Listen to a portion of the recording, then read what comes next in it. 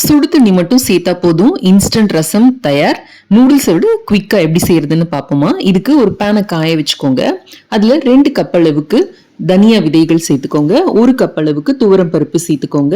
1/4 cup அளவுக்கு மிளகு, 1/2 cup அளவுக்கு சீரகம் சேர்த்துக்கோங்க. நீங்க எந்த கப் வேணாலும் மெஷர்மெண்ட்டுக்கு எடுத்துக்கலாம். இது கூட 1 டீஸ்பூன் அளவுக்கு கடுகும் சேர்த்துக்கோங்க. இப்போ இதை இளம் வறுப்பா வறுக்க போறோம். இது கூடவே ஒரு சின்ன கட்டி பெருங்காயம் போட்டுக்கோங்க. பவுடர் சேர்க்கறதா 1 டீஸ்பூன் அளவுக்கு சேர்த்துக்கோங்க. காரத்துக்கு ஏற்றபடி மிளகாய் சேர்த்துக்கோங்க. நான் இங்கே 6 காரமான மிளகாயும் 6 பேடகி சில்லி கலருக்கும் சேர்த்துருக்கேன். அதுக்கப்புறம் ஒரு கைப்பிடி அளவுக்கு கொத்தமல்லியை நல்ல அந்த வேறு தண்டு எல்லாத்தையுமே சின்ன சின்ன பீஸாக கட் பண்ணி நல்லா கழுவிட்டு வெயிலில் காய வச்சு எடுத்திருக்கேன். அதே மாதிரி கருவேப்பிலையும் சுத்தம் பண்ணி வெயிலில் காய வச்சு எடுத்து வச்சிருக்கேன். எல்லாத்தையும் சேர்த்து போட்டு ஒரு 2 நிமிஷம் வறுத்தீங்கன்னா போதும். ஜஸ்ட் அது கிறிஸ்பியாக இருக்கணும், அவ்வளவுதான். ரொம்ப இந்த கலர் மாறணும் அப்படின்ட்டுலாம் அவசியம் கிடையாது. அப்போ நமக்கு வறுக்கிறதுக்கு ஈஸியாக இருக்கும். இந்த மாதிரி ஒரு தட்டில் போட்டு நல்லா இதை ஆற வச்சுக்கோங்க.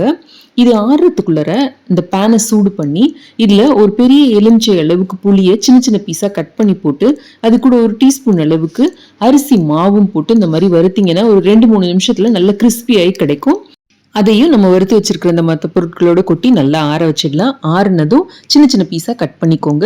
புளி, அப்புறமா இந்த கருவேப்பிலை, கொத்தமல்லி இது எல்லாத்தையும் போட்டு ஒரு கை பூண்டும் போட்டு தோலோடையே போட்டு முதல்ல அரைச்சிக்கோங்க.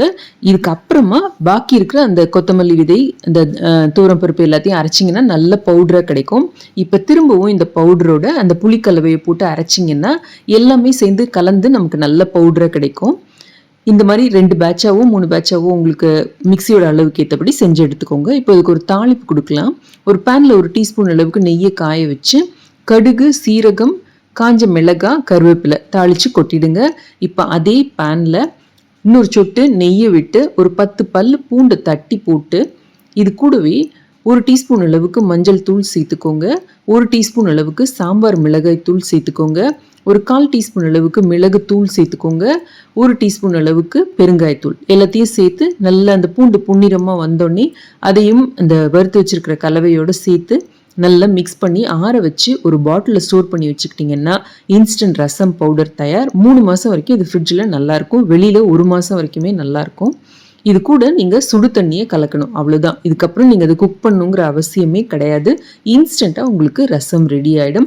ஒரு கெட்டிலில் சூடாக தண்ணி மட்டும் போட்டுக்கிட்டிங்கன்னா போதும். ஹாஸ்டலில் இருக்கிறவங்களுக்கு, சின்ன குழந்தை வச்சுருக்கிறவங்களுக்கு, யாருக்குமே கிச்சனில் ரொம்ப நேரம் நிற்க வேணாம் வெயில்லன்னு சொல்கிறவங்க யாராக இருந்தாலும் இதை நீங்கள் யூஸ் பண்ணிக்கலாம்.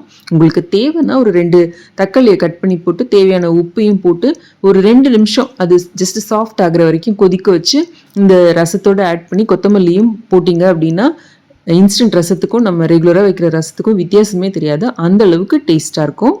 உடம்பு சரியில்லை, திடீர் விருந்தாளி வந்துட்டாங்க, இல்லை ஒருத்தருக்கு மட்டும் ரசம் வைக்கணும்னா கூட நீங்கள் நிமிஷமாக இந்த மாதிரி செஞ்சிடலாம். ட்ரை பண்ணி பார்த்துட்டு எப்படி இருந்ததுன்னு சொல்லுங்கள். நன்றி.